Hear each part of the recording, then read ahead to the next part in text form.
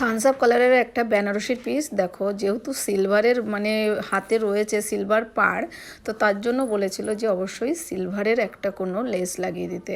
তো যাই হোক, গোল্ডেনের লেস তো লাগাচ্ছিলাম, তো ভাবলাম যে সিলভারের এই লেসটা খুবই সুন্দর লাগবে, তারপরে সরুও আছে, বলেছিল সরুর মধ্যেই লেসটা লাগিয়ে দিতে। তো যাই হোক, আমার এটা পছন্দ ছিল, তার জন্য এই লেসটাই লাগিয়ে দিচ্ছিলাম।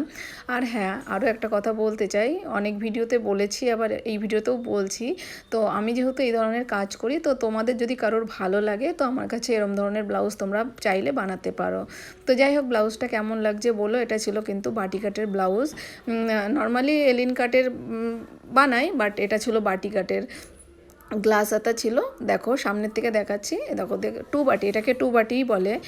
তো যাই হোক, বলেছিল বাটি কাটেরই বানিয়ে দিতে। তো সামনে থেকে কেমন লাগছে তোমরা জানিও। হাতটা ভীষণ সুন্দর লাগছে, কারণ সিলভার বেনারসিও কিন্তু খুবই সুন্দর লাগে। দেখো ব্যাক সাইড দেখো, পুরো কিন্তু রাউন্ড শেপ, একদম ডিপ রাউন্ড বলেছিল বানিয়ে দিতে।